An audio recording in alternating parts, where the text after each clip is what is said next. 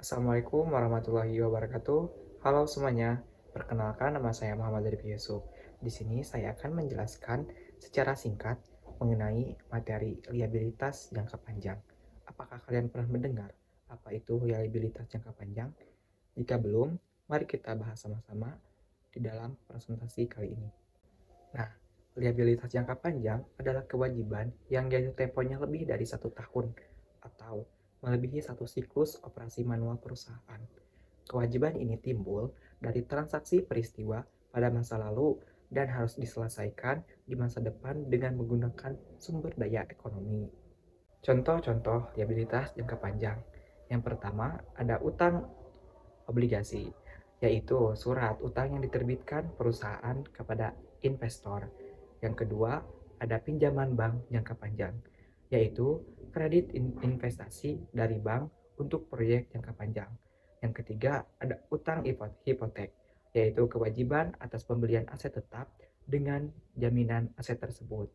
Yang keempat, ada sewa pembiayaan, yaitu kewajiban pembiayaan sewa dalam perjanjian sewa jangka panjang.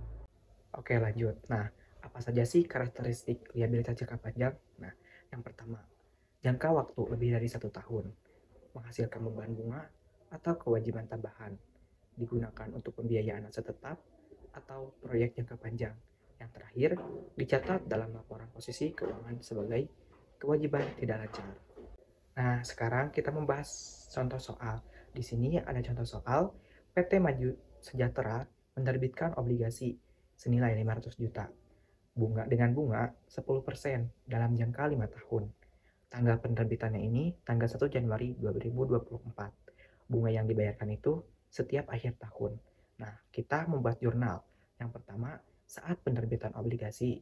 Yang kedua, saat pembayaran bunga tahun pertama. Dan yang ketiga, saat pelunasan. Mari kita bahas sama-sama ya. Yang pertama, ada jurnal penerbitan obligasi di tanggal 1 Januari 2024. Berarti jurnalnya kas pada utang obligasi senilai 500 juta rupiah.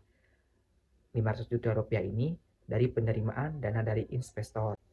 Yang kedua, ada jurnal pembayaran bunga, yaitu tanggal 1 Desember 2024, yaitu bunganya sebesar 10% dikali 500 juta, yaitu 50 juta rupiah.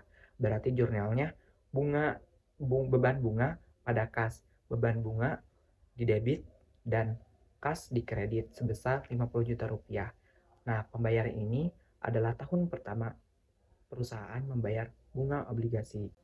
Yang terakhir, jurnal pembayaran pelunasan pada tanggal 31 Desember 2028 karena sudah 5 tahun. Berarti jurnalnya beban bunga utang bank pada kas. Beban bunga senilai 50 juta pada debit dan utang bank 500 juta pada debit dan kas sebesar 550 juta rupiah pada kredit. Ini pembayaran pelunasan. Nah, itu adalah pemaparan materi secara singkat dan contoh soalnya. Kesimpulan daripada materi ini adalah liabilitas jangka panjang membantu perusahaan memperoleh pendanaan jangka panjang. Harus dikelola dengan baik agar tidak membebani keuangan jangka panjang.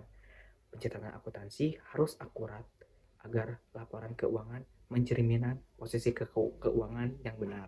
Sekian pemaparan materi dan pembahasan soal dari saya. Kurang lebihnya mohon maaf. Sekian dan terima kasih. Wassalamualaikum warahmatullahi wabarakatuh.